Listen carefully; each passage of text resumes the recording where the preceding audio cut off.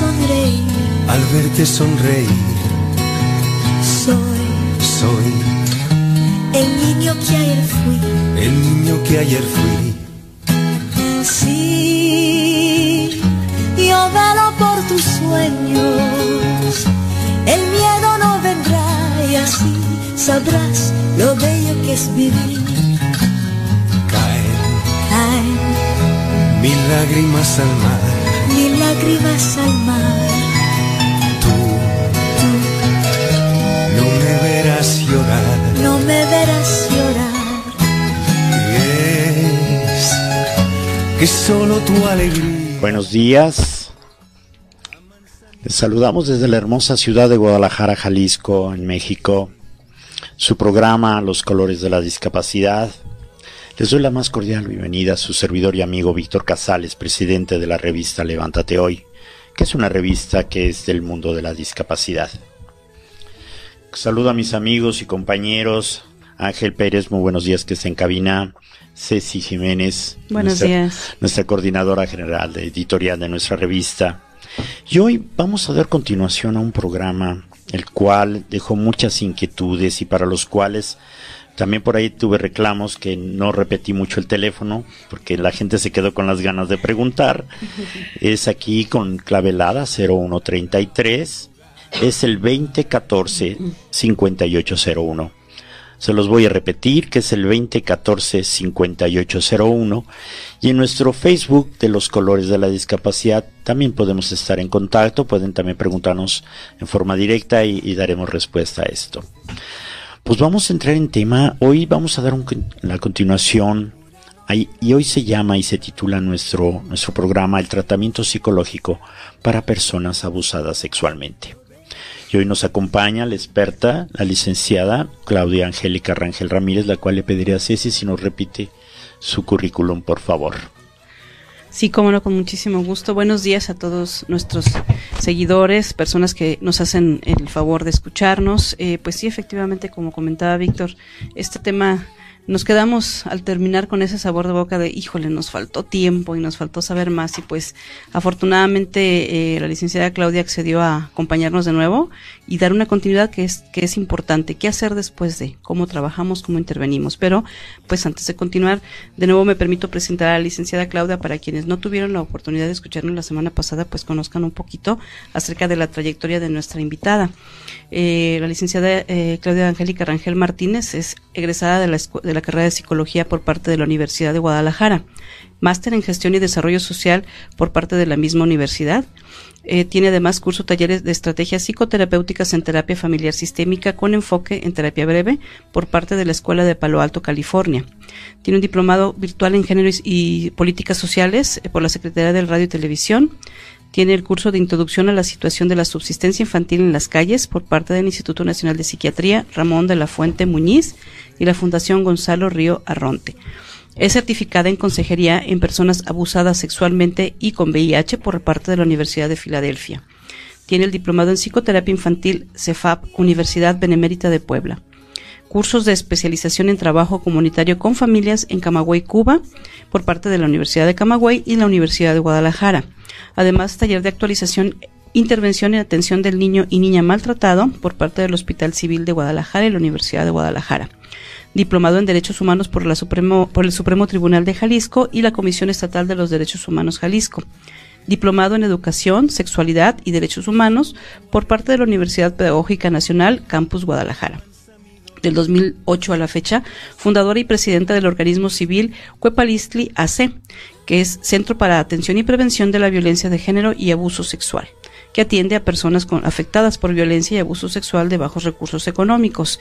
Además, ha sido conferencista acerca de diversos tópicos de abuso sexual infantil y violencia de género en diversos congresos relacionados con la psicología, filosofía y salud mental en lugares como Portugal, El Salvador, República Dominicana, Colombia y en varios estados en el interior del país. Bueno, pues como ven, una amplia trayectoria que la acredita y le da todas las credenciales para hablar del tema, y nosotros estamos súper felices y encantados de tener de nuevo aquí a la licenciada Claudia. Claudia, buenos días. Muy buenos días, Ceci, ¿qué tal? Buenos días, Víctor, ¿qué tal? Buenos días, audiencia. Esperemos que el día de hoy ampliemos en relación al tema que nos quedamos la semana pasada, y el día de hoy vamos a hablar acerca de esta parte del tratamiento, un enfoque integral para la atención y procesos de rehabilitación terapéutica en personas abusadas sexualmente. Fíjate que estuve leyendo, me dejaste muy inquieto, sí, hace 8 días. A muchas personas. Sí, porque fíjate, normalmente y directamente lo que es la discapacidad intelectual, hemos observado un índice alto de abuso sobre ellos. Y ahorita espero que nos expliques qué se da con esto. Pero si yo junto esto, la persona con discapacidad intelectual, él va a tener un acompañante también, un acompañante personal, puede ser su mamá, su papá, hermanos, etcétera, el cual él también va a vivir este abuso, esta situación, bien o mal, como su nombre lo indica, lo está acompañando en él. Y si yo le agrego otra pequeña dosis que se llama la no cultura de la denuncia, pues entonces se me generan varios mitos. Que curiosamente pareciera que las personas con discapacidad intelectual pues son las personas con más vulnerabilidad. Totalmente. ¿Qué está pasando con esa situación ahorita en este siglo XXI, Claudia? Bueno, yo pienso que esto es una situación que no exime solamente o incluye solamente al siglo XXI, es algo que hemos venido arrastrando por mucho tiempo. Esta situación de la cultura de la no denuncia conlleva estos secretos del silencio, de la culpa, de los temores infundados, muchos de ellos en las relaciones interpersonales y familiares de la persona afectada, ¿no? Es correcto cuando comentas que no solamente la persona que fue abusada sexualmente es la que padece la situación, sino todo su entorno social, y en lo inmediato está la familia, ¿sí? Cuando pasa una situación de estas características y se da cuenta la mamá, el tío, el papá, los hermanos, la cuestión de decir fue abusado, fue violada, fue violado, se da como una situación vergonzosa, como una situación de que ya no hay una utilidad en la persona, ¿no? Estos son mitos relacionados también a nuestra propia sistema de valores, de creencias en relación a la sexualidad, ¿sí? Y en relación a la forma en la que se tiene que reeducar los procesos de comprensión en relación a cómo el coito es una situación consensuada o forzada, ¿sí?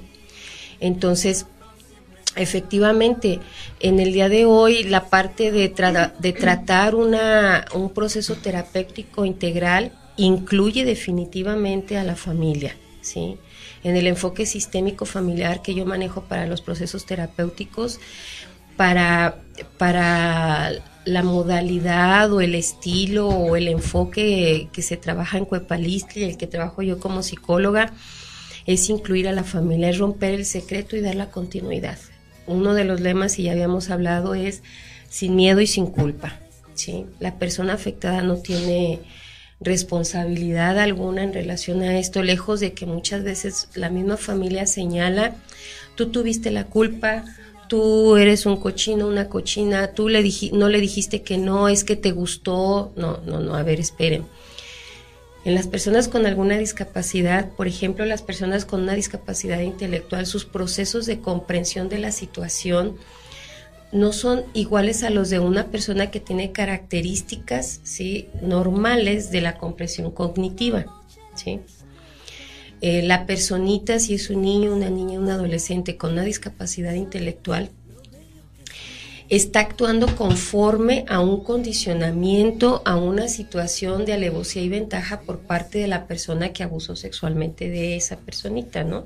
¿Pudiera ser igual la condición de una persona con discapacidad intelectual a un niño convencional? No, el impacto es diferente. ¿Por qué? Los procesos cognitivos o del pensamiento, de la asimilación de las situaciones es diferente.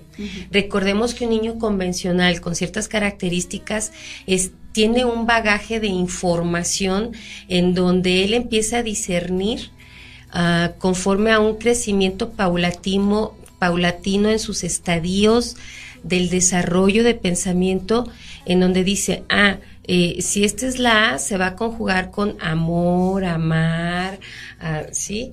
Y un niño con un proceso de discapacidad intelectual le dices que es A y nada más es A, ¿sí? Okay. Su proceso de pensamiento es concreto. Okay. Le cuesta trabajo hacer una abstracción de la situación de la realidad. A diferencia del niño convencional que le dices, este es A, y se puede acompañar con amor, ¿sí? A alguien, a algo, ¿sí? Y lo relaciona. A ver, haz ahora una frase, sujeto y predicado, ¿va? Esa es una abstracción de la realidad, esa es una abstracción metacognitiva de su proceso de pensamiento para hacerse de sus propios recursos.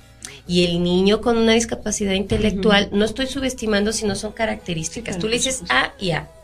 Entonces, si el niño que fue abusado sexualmente con una discapacidad intelectual, lo tocaron, hubo sexo oral, hubo un tocamiento de genitales, hubo una exposición de masturbación, hubo una exposición de pornografía, él solamente lo va a ver como algo receptivo, sin una codificación de esa situación malversa del agresor hacia él. El agresor está actuando con alevosía y ventaja porque sabe perfectamente lo que está realizando.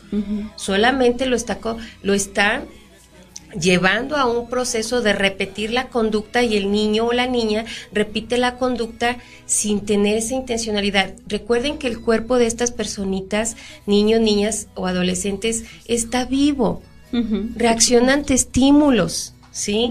Reacciona a una situación placentera de su cuerpo y lo recibe de esa forma, pero no está actuando con esa alevosía y ventaja como está actuando el agresor hacia al cuerpo de esa personita con discapacidad. Entonces el agresor sí está actuando de una forma violenta, racional, intencionada, ¿sí? Le dice toca, toco, ¿sí? Agárrame, te agarro, ¿sí? Al niño no le puede dar una compensación como se la da al niño convencional. Si al niño con discapacidad le dice, te voy a dar un videojuego, pues ¿qué es un videojuego? A lo mejor lo pudo haber visto en un momento de su vida, pero no tiene esa abstracción de la situación de decir, esto me va a compensar una necesidad que yo tenía, que porque el juego fulano, la moda, no. Ese niño va a decir, pues ¿qué es un juego? ¿Qué es un videojuego? No lo sé. ¿Sí? Un dulce. Un dulce. Dulce. Como ya tiene a lo mejor un referente del dulce y sabe que le gusta el dulce, dulce. Recuerden que los niños con discapacidades intelectuales o discapacidades de otras características están mucho a la compensación de sus logros. Sí, claro. ¿Sí? Es más inmediatista, vamos. Exacto. Esta situación, hago, recibo, no está este proceso de, es bueno, es malo, no entra dentro de... esos juicios de valor es correcto, Ceci, esos juicios de valor no los formula una personita con discapacidad intelectual, ¿sí? No tiene esa situación de parámetros, ¿sí? De decir, no, ¿sabes qué? Yo creo que eso es malo, yo creo que eso es bueno. No, él simplemente lo recibe. Son luces hermosas que lamentablemente hay quienes se aprovechan y las quieren apagar. Vamos a ponerlo en esa metáfora, ¿no? Si pudiera ser este proceso, esta agresión va siendo, por lo que entiendo, gradual, prolongada, y si esto por lo regular, de acuerdo a la estadística, la persona agresora es un entorno muy cercano, puede ser hasta unos padres, pueden ser los hermanos, y esto va a continuar por tiempo. Sí, yo tuve la experiencia de tener un caso, voy a referirme así, un caso de una persona que tenía síndrome Down, ¿sí? Entonces, lamentablemente la personita no tenía un repertorio de lenguaje oral como otros Downs que pueden tener su repertorio de lenguaje oral bastante nutrido, ¿no? Entonces esta personita no lo tenía, yo creo que un 10%, y solamente cosas básicas, agua, comer, frijolito, cosas muy básicas de sus necesidades inmediatas. Entonces el papá, en compañía de la mamá, o consensuado por la mamá, permitía que al niño se le tocara, y fue una situación gradual, ¿sí? Fue una situación gradual en donde primero empezaron los tocamientos compensatorios en el sentido de que, ¿quieres agua? Ah, pues agárrame la boca, ¿no? Entonces el papá fue llevando a este niño a que lo tocara en su cuerpo para que el niño se diera cuenta que lo que estaba haciendo era correcto, ¿sí? Impresión. Y bueno, ya ustedes imaginarán hasta qué partes del cuerpo llegó el papá. Y la mamá decía, el papá le decía a la mamá, no, es que así se va a enseñar, ¿no? Entonces también en esta parte hay una situación de desinformación de nuestro propio ritmo de desarrollo de la sexualidad. No estoy justificando el acto del padre, sino la situación de que la mamá no tuvo esa pertinencia, esa situación de informarse. Para empezar, no tenían una atención especializada, no iban a ningún lugar en donde les informaran acerca del comportamiento de los niños con estas características, ¿no? Entonces, pues el niño empezó a tener todas estas sensaciones, estos estímulos placenteros a su cuerpo y obviamente fue reaccionando, ¿no? Y el abuso se fue dando de forma gradual. Entonces, cuando yo me entero de la situación, es a través de una persona que es familiar, el niño quiere repetir la conducta porque eso aprendió. Recuerden que estos niños repiten conductas que es parte de su espontaneidad, no lo están haciendo con alevosía y ventaja. Entonces, un familiar con otro tipo de criterio, en el sentido de ayuda, no de denuncia, y de romper un secreto familiar, pues acude a nosotros, acude a mí y nos pide la explicación. Es aquí donde yo también tengo que tener mucho cuidado en el sentido de señalar o referir u orientar de que realmente vayan con personas especializadas en abuso sexual, porque tenemos que tener un enfoque integral del apoyo. Yo entiendo que la conducta que tuvieron el papá y la mamá biológicos de este menor de edad no fue correcta en relación al estímulo, ¿sí? De esa sexualidad que querían que el niño tuviera, porque el papá sí estaba actuando con alevosía y ventaja, ¿sí? Manipulando una situación vital en el desarrollo del menor. Bueno, hubo todo un procedimiento legal, etcétera. Pero también hubo un proceso de reeducación con la mamá. Para empezar, que tuviera una orientación profesional del cómo tratar a un niño con estas características, ¿no? No puedes hacer caso omiso. Entonces esos son los secretos que van quedando en la familia para que se prolongue y se perpetúe la situación del abuso sexual. Hay miedos infundados sociales de que estos niños con características especiales, no, pues mejor hay que tenerlo encerradito, no, es que qué vergüenza. Son todavía comentarios que se siguen haciendo. Sí, ¿no? Por eso la cultura de la discapacidad en nuestro país sigue siendo tan precaria en muchos aspectos. Y más cuando pasa esto de que el niño repite esta conducta y comienza fuera a tocar a otras personas, comienza tal vez a exhibirse, a tocarse a sí mismo, y entonces en lugar de, si antes lo encerrabas por el hecho de tener algún tipo de discapacidad que no te era cómoda, pues ahora lo encierras con más excusa de porque el niño está tocando a otras personas y no tiene que hacerlo, entonces mejor lo encierro y bueno, fortaleces esta cuestión, ¿no? De aislarlo, que es terrible. Sí, sí. A mí me alerta todavía otra situación que me lo llevé de tarea y esa es una pregunta que te quiero hacer, Claudia.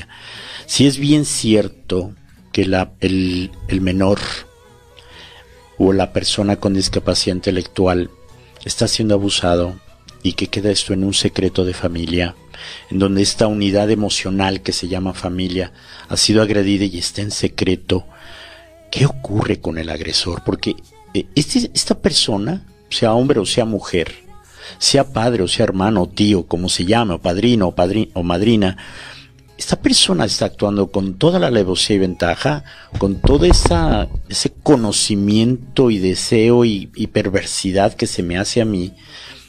¿Qué ocurre con esta persona? Porque si esto se guarda en un secreto, nadie hace nada, es de la misma familia, está dentro de la misma unidad emocional. ¿Qué ocurre con esta persona que está agrediendo? ¿Va a agredir a más familiares? ¿O qué le sucede? ¿Qué futuro? ¿Habrá algo así al respecto? Sí, hay familias donde lamentablemente hay años y años de un secreto que nunca se habla, así literal. De repente los determinismos son un poco incómodos, pero nunca se habla de una situación de estas características y el agresor incluso llega a morir, ¿no? Podemos decir que es un papá, una mamá abusadores sexualmente y llega a morir, entonces la persona crece y va arrastrando una situación emocional disfuncional de sus emociones, de sus relaciones interpersonales, o son estas, o hay algunas personas que también que se dedican solamente a trabajar tratando de evitar todo contacto físico y generando una estrategia de poder hacia sí mismos, ¿no? Y reiteran conductas de malos tratos verbales, emocionales hacia otras personas, ¿no? Entonces, la persona agresora en estos casos de familia, cuando no se denuncia, pues así se perpetúa, ¿no? Y te sorprenderías, Víctor, Ceci, de una situación como en nuestra sociedad actual, y sobre todo aquí en Guadalajara, hay tanto silencio para la no denuncia, porque la veneración a las figuras de autoridad, a la figura paterna, a la figura materna, es una cosa de decir, es que así son y yo no tengo derecho a juzgar a mi papá, o yo no tengo derecho de juzgar a mi mamá, a mi tío, a mi tía, a mi abuelo, a mi abuela, ¿sí? Porque la figura de autoridad aquí se supone que es de protección, y si te están haciendo eso es para protegerte, si te están haciendo eso es porque te están manteniendo, porque te están dando, ¿no? Entonces esta cuestión tan limitada en relación a estos valores que se van inculcando de un respeto falso, ¿no? De un respeto hacia el otro, pero no hacia mí, no hacia mi cuerpo, no hacia mis decisiones, no hacia mi ¿no? Entonces, es por eso de que se guarda tanto este secreto. Ahora bien, cuando se logra romper el secreto, cuando se logra hablar de la situación, cuando se logra decir por parte de la persona agredida y violentada sexualmente que ya no quiere vivir en esa situación, hay una atribución legal. Con nosotras se exhorta a la persona que haga una denuncia legal. Es tratar de generar un ambiente en donde se minimice esa ansiedad por el hecho de haber denunciado, en donde se tiene que proporcionar elementos de volver a ejercer un control hacia tu cuerpo, ¿no? Es volver a sentir que ese ambiente en donde vas a estar te va a dar esa tranquilidad y esa paz que necesitas. Para mí, soy de los pocos organismos aquí en Jalisco que tiene una referencia de acompañamiento legal y psicológico para la denuncia. Nos llamamos de primer contacto. Es increíble cuando un niño o una niña dice, mi mamá, mi papá, mi tío, mi abuelo, la persona que sea el maestro, la maestra, el de la tienda, me está tocando, me hizo esto a mi cuerpo y no me gustó. Entonces, cuando se le exhorta a la familia, en parte del tratamiento, primero hablamos con quién lo lleva, el tutor, la persona que sea responsable adulta, y que ejerce esa autoridad de protección. Ahí sí. A ver, usted dice que es la autoridad, pues vamos a ver si es congruente con lo que está diciendo. Entonces, lo primero que hay que hacer es la denuncia legal. No podemos seguir omitiendo esta situación. Hay personas que necesitan la sanción legal para un cambio. Necesitan la sanción legal para darse cuenta que lo que están haciendo no es correcto. Si bien en nuestro país tenemos personas que aplican la ley en una lógica burócrata, lenta, llena de glamour, lejos de aplicación de la ley como es, porque la ley es muy íntegra. La ley es todo lo que marca nuestros códigos civiles, la Constitución en sí es muy clara. Quienes hacen que no sea aplicable, que no sea factible y expedita, son estos funcionarios que de repente no quieren chambear. A mí me ha tocado ministerios públicos, mujeres, que les dicen a mis niñas de 5 o 6 años, ¿estás segura lo que te hizo tu papá? Y se me hace que te gustó. Entonces, este tacto por parte de las funcionarias públicas y de los servidores públicos es muy lamentable, pero también comprendo que necesitan una capacitación, necesitan un adiestramiento. Nosotros les pagamos con nuestros impuestos. Entonces, yo les he ofrecido, oiga, le doy un curso de trato, ¿no? Claro. Entonces, volviendo a la parte del agresor, es importante denunciar. Sí, porque si no tenemos un delincuente totalmente en potencia. Exacto. Vamos a suponer, papá y mamá, bueno, ellos van a continuar agrediendo a los demás hijos, si no hay una denuncia. Si es un hermano o hermana, él va a continuar agrediendo a los demás. No faltará a lo mejor hasta esa persona abusada que le funja como héroe. Viólame a mí para que no violes a mis hermanos. Todas estas situaciones, yo te haría una pregunta. Es cierto, la ley es lenta. La cultura de la denuncia no existe mucho en nuestro país. El 93% no se denuncia. Entonces estoy generando un ente de veras diabólico. Da miedo ese tipo de personas porque él va a ser un adulto. Porque si esto vamos suponiendo que lo hizo en la adolescencia, ¿verdad? Luego se convierte en un adulto, llega a ser un viejo. ¿Hasta dónde él aprendió que no debe de hacer esto? Sí, muchos casos, he tenido oportunidad de seguir algunos casos durante 10 años. No repiten la conducta todos, no. Los que la repiten no la repiten por querer hacerle daño a alguien, sino porque como esta personita no fue ayudado en su momento, no se denunció, él aprendió que este tipo de actos no se denuncian, ¿sí? Claro, ajá. No hay consecuencia. Que estos tipos de actos se normalizan. Entonces vivimos una etapa de una violencia normalizada, ¿sí? Vivimos una etapa en que la violencia de cualquier característica, ¿sí?, es correcta y no es denunciable, no se tiene que decir, ¿no? Entonces ellos no están repitiendo conductas porque lo quieran hacer, sino porque han, entre otras cosas, claro, sino porque han aprendido que esto es correcto y no. ¿Quién le dijo algo? Nadie. Así aprendí a sobrevivir. Bueno, pues entonces no hay un castigo. Sí, imagínate que fue un hermano o hermana, nunca dijo nada el que fue abusado, nadie dijo nada, todo se quedó en secreto y ni papá ni mamá se enteraron. Impresionante. Vamos a ir a un corte. Les recuerdo aquí nuestros teléfonos en cabina. Nos pueden llamar aquí, estamos en Guadalajara con clave helada 0133 2014 5801 2014 58.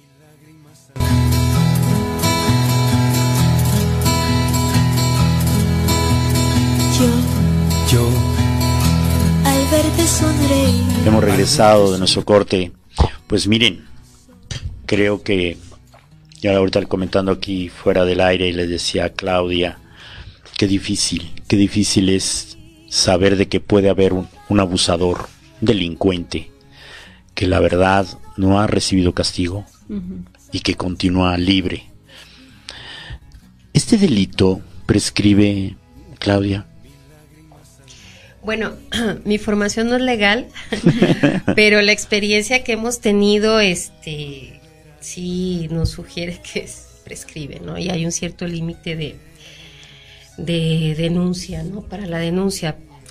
A mí me gustaría que quizás en otro programa, si me hacen favor de invitar a alguna de mis colaboradoras en Derecho, para ver esta parte técnica en relación a la aplicación de la ley.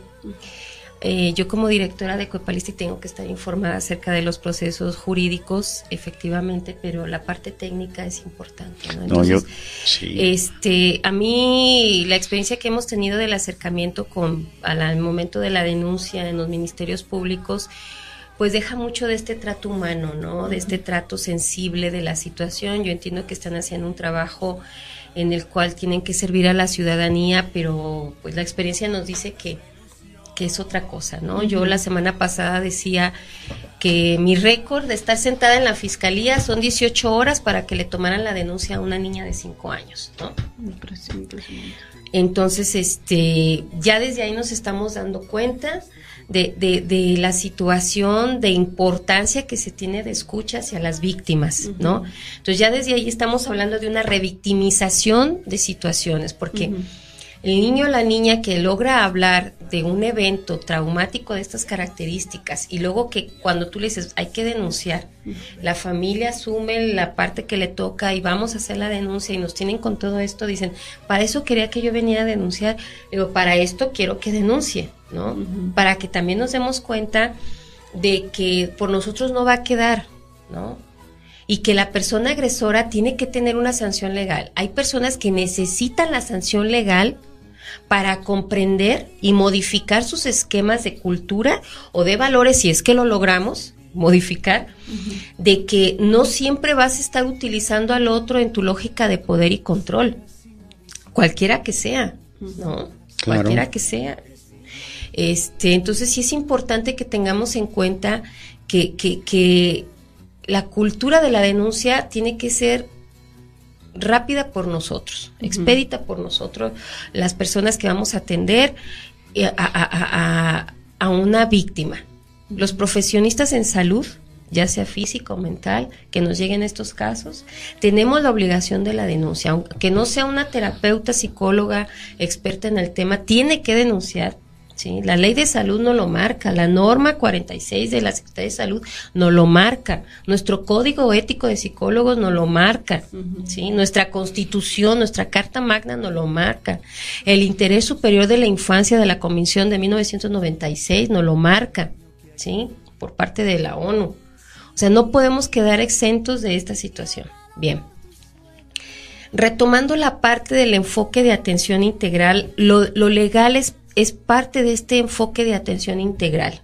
Sí, ¿sí? Eso es una parte que yo, encantadísimos y así abierto al aire, el próximo lunes les comento a todos nuestros radioescuchas, espero en Dios que tengamos la oportunidad de contar con la presencia de tu compañera, para que entonces sí hablemos ahora nada más de aspectos legales, porque de veras es todo un programa. Sí, claro. Entonces, pero aquí viene la otra parte, este acompañamiento que haces, tú como terapeuta, porque estamos reconociendo de que sí hay un problema, y es un problema serio, ha tocado el alma inclusive, ha tocado el cuerpo, la persona queda lastimada, muy herida para el resto de su vida, si es que no lo llega a hacer.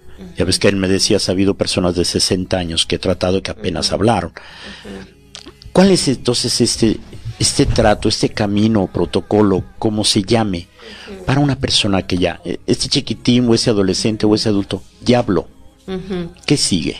Sí, sí voy a señalarles algunas técnicas terapéuticas que frecuentemente son utilizadas en esta situación de control de un elemento muy básico, muy importante, muy evidenciado en las víctimas, que es la ira, ¿no? Este impulso, este coraje, esta situación de una negación a un suceso, un evento que pasa en esa paz, en esa tranquilidad corporal, emocional de la persona. Lejos del ambiente hostil que se puede estar viviendo en el núcleo familiar, porque hay personas que logran tener un equilibrio, ¿no? En toda esa situación hostil. Bueno, son varios indicadores en un protocolo de atención y de seguimiento terapéutico. Lo primero que tenemos que hacer al darnos cuenta que hay una persona que fue víctima de abuso sexual o violencia sexual es hacer una suspensión temporal de la persona en el ambiente. ¿Cómo es esto? Identificar todos estos indicadores de ira. Una persona con discapacidad también se enoja, díganme si no.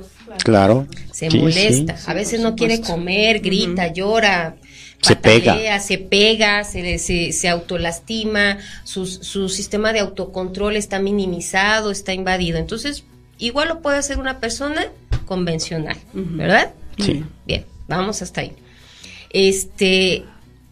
Vamos también a advertir las personas con discapacidad, vamos a señalar intelectual, cualquier modalidad, cualquier espectro que pueda ser. Si ellos tienen ciertos códigos comunicacionales, entonces te va a señalar a través de miradas, de los dedos, del habla, quién es la persona que lo lastimó. Si es una persona con un bajo repertorio de lenguaje oral, te va a señalar a lo mejor con un parpadeo, con la manita, ¿sí? O no va a querer que esa persona se le acerque cuando antes permitía que se le acercara. Es aquí donde las personas cercanas a esta persona con discapacidad intelectual o discapacidad motriz tienen que estar alertas, atentas a ese tipo de indicadores corporales, de gestos, ¿sí? De miradas que tenga la persona, porque ya le está dando un indicador de que algo no está correcto, ¿sí? Okay. Algo no está correcto, ¿sí? Y lo saben, nomás que a veces dicen, ay, pues, ¿qué me está tratando de decir? No, sí saben, sí lo saben, a mí no me digan que no. Entonces, hay que advertir quién es esa persona implicada en el hecho violento con esa personita con discapacidad. Y en ese momento decir, es ella, bueno, ser cautos hasta ahí. Ahora, si están identificando que esa persona ya le es hostil a tu personita con discapacidad, aléjalo. Ya no le permitas el acercamiento hasta que no resuelvas con tu persona con discapacidad. Todavía no señales a la persona agresora. Pero ya sabes que al menos esa persona no es nociva hacia tu persona con discapacidad. ¿Me explico? Sí, sí. Porque ya te está dando un indicador que es el agresor. Y luego tienes que regresar con tu persona, con tu niño, tu niña, calmarlo, hacerlo sentir con confianza hacia ti, hacerlo sentir que tú puedes apoyarlo, que tú puedes ayudarlo. Otra cosa muy importante, muchas veces la persona más cercana, no estoy poniendo un estereotipo, pero sí una señal de alerta. A veces el papá o la mamá contratan a alguien para los cuidados, ¿sí? Por ejemplo, es una persona con discapacidad que necesita el cambio de pañal. Bueno, contratan a alguien que lo vaya a cambiar. ¿Y qué es lo que pasa? Tiene tocamiento o lo frota demasiado fuerte, de tal grado que cree que no siente la otra persona, y también esto se convierte en una agresión sexual. Claro que sí, está lastimando sus genitales, está lastimando su parte íntima. Y también eso se vuelve una agresión sexual. Entonces hay que estar supervisando las conductas de los cuidadores y cuidadoras que tienen las personas con discapacidad. Si la persona que está teniendo el cuidado directo de la persona con discapacidad, la persona con discapacidad empieza a tenerle recelo y ya no quiere estar cerca de ello, también hay que revisarnos, sea papá, mamá, tío, prima, abuela, quien sea. Okay. Porque puede tener una conducta estereotipada con características de información de abuso sexual, ¿no? Por supuesto. A la hora de bañarlo, a la hora de cambiarlo, a la hora de moverlo, ¿no? O se puede estar exhibiendo también. Recuerden que nuestras personitas con discapacidad están vivas. A lo mejor pueden tener una erección, a lo mejor pueden tener humedad en su cavidad uterina. Es parte de una estimulación también. Y reaccionan a esos estímulos corporales. Entonces, hacer sentir en confianza a esa persona cuando ustedes identifiquen que está teniendo una reacción corporal, que sea una llamada de atención, inmediatamente háganle sentir confianza, inmediatamente alejen a la persona que él está señalando o ella está señalando como un agresor o como alguien que no es agradable a su persona. Recuerden que el espectro de sensibilidad emocional de estas personas es mucho más fuerte que las personas convencionales. Ok, sí, definitivamente. Y reaccionan más a esos estímulos corporales amorosos o diferentes. Entonces, ustedes tienen que estar bien atentos, ¿no? Entonces, esa situación tiene que ser referida en confianza. Ya nos dimos cuenta, hay una suspensión temporal de la persona. Ese es en un primer momento. Después viene esta parte de la distracción cognitiva. ¿Qué quiere decir esto? ¿Sí? Las personas con discapacidad, tanto como las convencionales, también tienen que empezar a tener una ocupación mental con otra actividad. ¿Por qué? Porque si no le permiten tener un distractor, empiezan a tener un profundo recordamiento y una constante de estar recordando la situación del evento. Se les puede deprimir, puede tener una conducta de autolastimarse, etcétera. Entonces, inmediatamente ustedes señalen otra actividad. A lo mejor encender la televisión en una caricatura agradable, ponerle música, algo que lo distraiga, que le sea agradable a esta persona, ¿sí? Ustedes ya saben qué esquemas y qué tipo de distractores pueden tener positivos. Sacarlo al jardín, que vea los pajaritos, una flor, que juegue con el agua. Todos los aspectos que tienen el contacto con la naturaleza son unos perfectos catalizadores para la ira, para el enojo, para estas emociones negativas y encontradas. Son emociones no generosas a nuestro ámbito emocional. Entonces, a estas personas es importante esta distracción cognitiva, ¿no? El ejercicio físico, si en ese momento vamos a hacer tus ejercicios, ¿sí? Ese contacto otra vez positivo del cuerpo, ¿va? Con las personas con discapacidad, que es mucho el cuerpo. Ellos es su mayor expresión, lejos de nosotros en lo mental, ¿va? O en el repertorio del lenguaje oral. Es muy importante también, como otra parte de la técnica, las autoinstrucciones. Nunca, jamás, y es un término importante, debemos escatimar en los sistemas de autoprotección. ¿Qué quiere decir esto? A los niños, las niñas y los adolescentes hay que mostrarles, referirles, reeducar en cuestión del cuidado del cuerpo, ¿sí? ¿Qué pasa cuando no quiero comer y, pues voy a estar tranquilo para comer? No me gusta comer sopa. Pero si me la como tranquilo, trato de disfrutarla, ¿sí?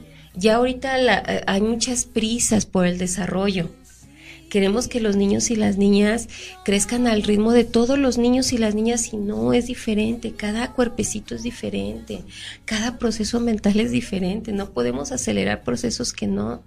Por eso el abuso sexual acelera todas las etapas en la vida. Un niño, una niña que es abusado en la primera infancia, que comprende de el año y medio a los 5 años, que todavía es una etapa de bebecito, bebecita, ese estadio acelera, si fue ahí, acelera todas las etapas. Es un niño que fue sexuado antes de tiempo, ¿no? Una niña que fue sexuada antes de tiempo, y ya tiene otro nivel de comprensión de la corporalidad, de la genitalidad, del erotismo, del placer. Entonces tenemos que tener en cuenta esto, ¿no? Entonces a los niños y las niñas hay que reeducar esta parte, qué es lo que tengo que hacer, cómo lo voy a hacer, vamos a cantar una canción cuando me sienta con enojo, ¿va? Que pueda empezar a manejar sus procesos de ira y sean de autocontrol positivo, ¿no? Hay que ensayar y practicar todas las indicaciones que le demos a los niños y las niñas. Por ejemplo, cuando alguien llegue y qué miradas me lastiman, qué miradas me hacen daño, qué miradas no me gustan, y decir esa mirada y tener una señal de alerta, de alarma, para en ese momento quienes son cuidadores, ¿sí?, quienes son supervisores de los menores con discapacidades, estén enterados de que ya activó una señal de alarma y estarla reforzando en diferentes situaciones. Puede ayudar, por ejemplo, que dibujen caritas con diferentes tipos de ojitos. El niño y la niña va a empezar a identificar, díganle qué carita es feliz, qué carita es triste, qué carita es fea, qué carita te quiere lastimar. ¿Sí me explico? Sí, claro. Ahorita el internet nos da muchísima variedad de información de estos dibujitos. Bájenlos, hagan sus caritas, y que el niño aprenda que estas caritas, estas miradas le van a lastimar, cuáles sí son nobles, generosas, cuáles no son de cuidado. Y entonces practicar este tipo de reforzadores en ellos, a ustedes también les va a decir, ¿sí? Como cuidadores. Ay, me está mirando de esa forma. Entonces el niño y la niña a lo mejor va a emitir un grito, a lo mejor un movimiento, tiene una campanita. Ustedes saben cómo, con esta situación de las discapacidades, cómo señalar sus propias estrategias de alarma, de alerta, ¿va? Para que no vuelva a ocurrir el evento, ¿sí? Y son técnicas en donde toda la familia tiene que estar involucrada. Discúlpeme, pero esto no es solamente de una persona. El niño o la niña nació en un ambiente familiar en donde todos y todas tienen que participar, porque luego solamente se lo dejan a una persona y pareciera que este niño, lejos de estar integrado en un hogar familiar, está desintegrado. Por eso la cultura de la discapacidad en nuestro país tiene ciertas deficiencias, porque muchas veces en algunas familias hay una desintegración de la persona con discapacidad. Sí, totalmente. ¿no? El aislamiento, los encadenan. Y sí existen estas historias. Claro que existen, no podemos dejarlo. Sí, no, y de hecho, cuando en este caso cualquier persona con o sin discapacidad guarda el silencio, el abusador continúa agrediéndolo. Los papás, también, como hace rato lo mencionabas, no nos hagamos, claro que nos damos cuenta, pero a veces los etiquetamos de otra manera, porque también nos decía los alertas, empiezan a orinarse en la cama, pierden el interés en el estudio, reprueban inclusive un año escolar, son apáticos, qué sé yo, empiezan muchas alertas y los empiezo a etiquetar yo como padre o madre, como que pues es tontito, pues es igual que el papá, ¿verdad? O es igual que... Es berrinchudo. Es que es caprichudo y es que está el consentido, pero la realidad, no queremos ver que está siendo abusado. Sí. Entonces sí, mucho ojo, papás. Sí. Mucho ojo. Hay algo muy importante en relación a lo que comentas, Víctor. Los procesos de enuresis y encopresis. Enuresis es de que se orina, ¿sí? Y encopresis es de que hace popó, caca, defeca. En las personas con discapacidad y sobre todo que tienen una alteración motriz, su espectro motriz es diferente a las personas convencionales. Muchas personas con discapacidad motriz o físicas usan pañal. Entonces, identificar los indicadores de enuresis y encopresis es muy difícil. Sí. ¿Por qué? Pues porque como usan el pañal, bueno, pero hay algo bien característico. A lo mejor tú a una persona con encopresis y enuresis le cambias el pañal 2 veces al día. Y cuando empieza a ser abusado se lo estás cambiando 5 o 6 veces al día. Ah, ok. Sí. Ojo. Entonces tenemos que estar bien alertas y sabemos cómo es ese proceso fisiológico. A lo mejor comía mucho, ya no quiere comer. ¿Sí? Sí. A lo mejor comía poco, ahora quiere comer mucho. Esto es parte de un indicador de ansiedad. Claro, o a lo mejor antes lo bañaba sin problema y ahora ya no quiere que lo bañe, ya no quiere que le quites la ropa, por ejemplo, ¿no? Exacto. La enuresis está muy asociada a esta situación de los riñones y los riñones están asociados a los miedos. Sí. Fíjense nada más que interesante. Entonces, estar alertas en las personas con discapacidad y que no tienen un repertorio de lenguaje oral amplio, fíjense en sus reacciones fisiológicas. ¿No? Rompe su rutina. Claro, simplemente. Exactamente, es correcto. Entonces, ya no hay ni siquiera esta rutina fisiológica, biológica, ni siquiera social. Entonces, ya desde ahí podemos darnos cuenta de que está pasando algo y generar un ambiente de confianza. A ver, mi chiquito, mi chiquita, mi amor, como ustedes acostumbren llamar a esta persona con el respeto que se merece. ¿Qué está pasando? ¿Qué tiene? Apapáchenlo, abracen a esta personita, háblenle de qué siente, háblenle de que ustedes están para cuidarlo, para protegerlo, háblenle de que sepa que están generando ustedes un ambiente de confianza. Si va a ser berrinche, ténganle paciencia, toleren eso. Tienen que ustedes generar ese ambiente de confianza. Porque también la tolerancia dista mucho de estos límites, ¿no? Entonces, yo soy cero tolerancia, entonces, o estoy o no estoy. Sí, Claudia, y es que las cosas hay que nombrarlas por su nombre. Sí. No es pobrecito, ay, el angelito, y ay, al rato se le pasan, no. Esos son alertas muy importantes que va a marcar su alma, no nomás su cuerpo, y esto para borrar ese tipo de heridas, son muy complejas al paso del tiempo.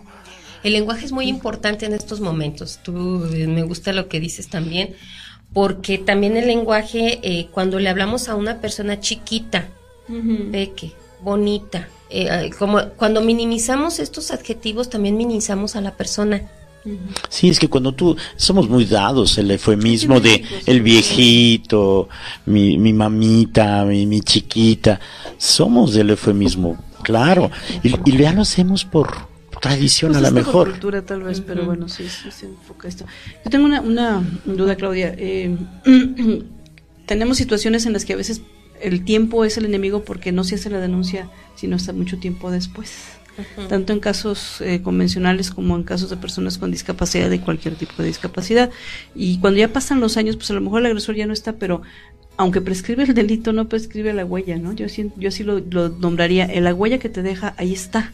Y si en algún momento dado surge y se rompe el silencio por alguna circunstancia, entonces las cosas son diferentes. A lo mejor ya no está el agresor, pero ahí quedó algo, porque la persona tiene la necesidad de decirlo. Obviamente tú lo que vas a mencionar, ¿no? Lo mejor es tener una intervención de un profesional, lo mejor es que la familia entre en proceso y demás, pero a veces pasa que la persona, la víctima, dice, no quiero, Yo no quiero, solamente te lo quería decir a ti, pero yo no quiero ayuda psicológica. Y entonces las personas del entorno se quedan con esta carga de que ahora cómo ayudo a mi familiar, qué hacer en esos casos. Sí, la semana pasada hablábamos acerca de que la cultura familiar, al menos, la cultura de la denuncia, al menos en Cuepalistli, ha tenido 3 vertientes. Una, la denuncia legal, otra la denuncia familiar y otra la denuncia social. Cuando prescribe el delito, en los rasgos físicos, tienes toda la razón, Ceci, cuando dices que no prescriben lo emocional, porque también se vuelve una discapacidad emocional. Hay una situación de que si la persona ya lo habló y lo habla con una familia o con alguien cercano a su familia, ya está siendo parte de la denuncia familiar. Aunque no quiere una continuidad terapéutica, una continuidad legal, pero ya lo habló a la familia. Ahora, es responsabilidad de la familia hacerse de los recursos para la continuidad de una orientación profesional, la que ellos quieran escoger, ¿sí? La que ellos elijan. Entonces, es exhortar a la persona que fue muy valiente, por eso hay que generar el ambiente de confianza, y volvemos al punto del control de la ira. Fue una persona que se contuvo años, guardó un secreto que lo lastimó años, ¿sí? Entonces, a esta persona le tenemos que generar este ambiente de confianza y de protección, ahí sí, de apapacho, incluso emocional, ¿no? Oye, me siento honrada que te acercaste a mí, hablaste de algo tan profundo, tan doloroso. ¿Qué más quieres hacer con esto? No, nada más te lo que decía a ti. Denle su tiempo, porque si se tardó 20 años en hablar de una situación así, ¿va a ser menos tiempo el que se tarde? ¿O va a ser menos tiempo el que diga, lo quiero hablar con todos? Y en el momento la familia ya lo habló. Esa persona logró manejar la resiliencia, logró manejar ciertos aspectos e indicadores para tratar de ser funcional emocionalmente y en sus relaciones interpersonales, de vivir con una sexualidad fracturada, una práctica del sexo lastimado, ¿sí? En donde sus estímulos y situaciones del placer y del erotismo se vieron fracturados, ¿sí? Invadidos. Entonces, y más, si el agresor ya no existe, está muerto, entonces la familia tiene que hacer todo un ritual de acompañamiento para una nueva etapa de vida en esa persona, porque ya logró hablarlo, ya hizo una denuncia familiar, ¿sí? Y hay que acercarse a un profesional. Oye, ¿sabes qué? Mi familiar me está confesando este secreto, ¿qué hago? Claro. Bueno, si la persona no quiere acudir al profesional, el profesional tiene que tener la pericia terapéutica para mandar la información y transformar el entorno de la familia, ¿sí?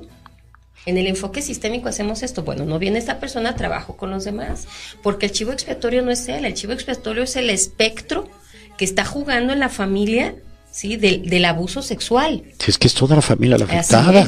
Imagínate, vienen los reclamos. Claro. ¿Por qué hasta ahora me lo dices? No, y sí pasa. Imagínate que diga la mamá, oye, espérame, no te creo. ¿Por qué hasta ahora me lo dices? ¿Qué pretendes? Qué fácil. Imagínate. Para ti, ya se murió y ahora sí dices, espérate. Es que hay personas que necesitan ver muerta a la persona para sentirse seguras. Sí, porque todavía hay temores. Pero no lo han matado emocionalmente. Exactamente. Entonces es importante que la persona profesional, si es psicólogo o psicóloga, tenga estos elementos de comprensión del sistema familiar y que logre llevar tareas a través de la persona que se acerque al profesional para que en la familia se trabajen, ¿sí? Entonces sí funciona. Y luego termina acercándose la persona para resolver lo que quedó de lo emocional, ¿no? Se termina acercando con el profesional. Así pasa con las personas con discapacidad. El profesional en salud mental, psicológico, tiene que acercar estrategias de procesos, una guía de tratamiento para que trabaje con la persona abusada sexualmente, ¿sí? Yo podría trabajar con una persona con discapacidad que fue abusada sexualmente, pero el acompañamiento es diferente.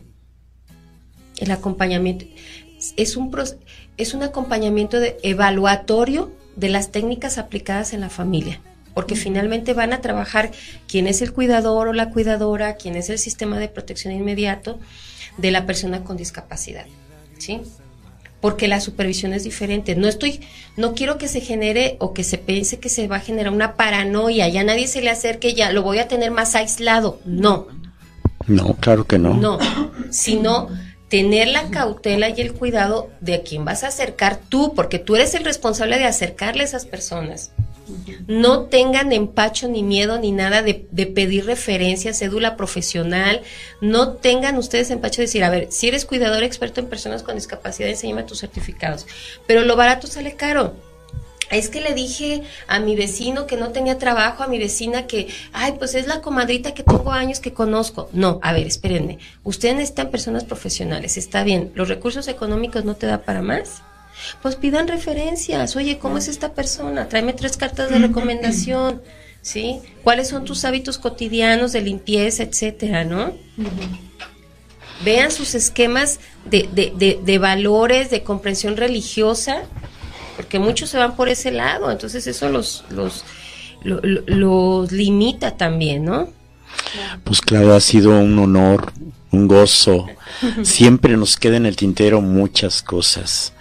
Muchas gracias. Sí, nomás rapidísimo, para la guía de tratamiento en nuestros procesos podemos trabajar de 25 a 34 sesiones, ¿sí?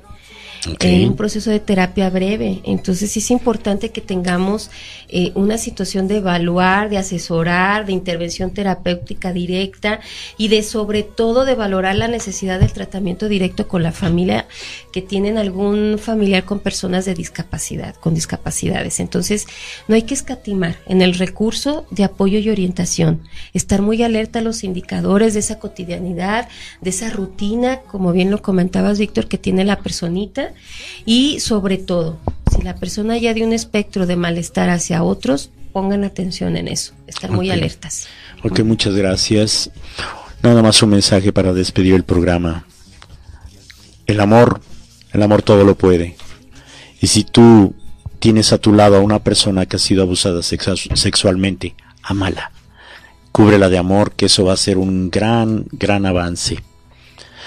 Estos fueron los colores de la discapacidad. Y continuaremos con el tema el próximo lunes. Muchas gracias. Dios los bendiga.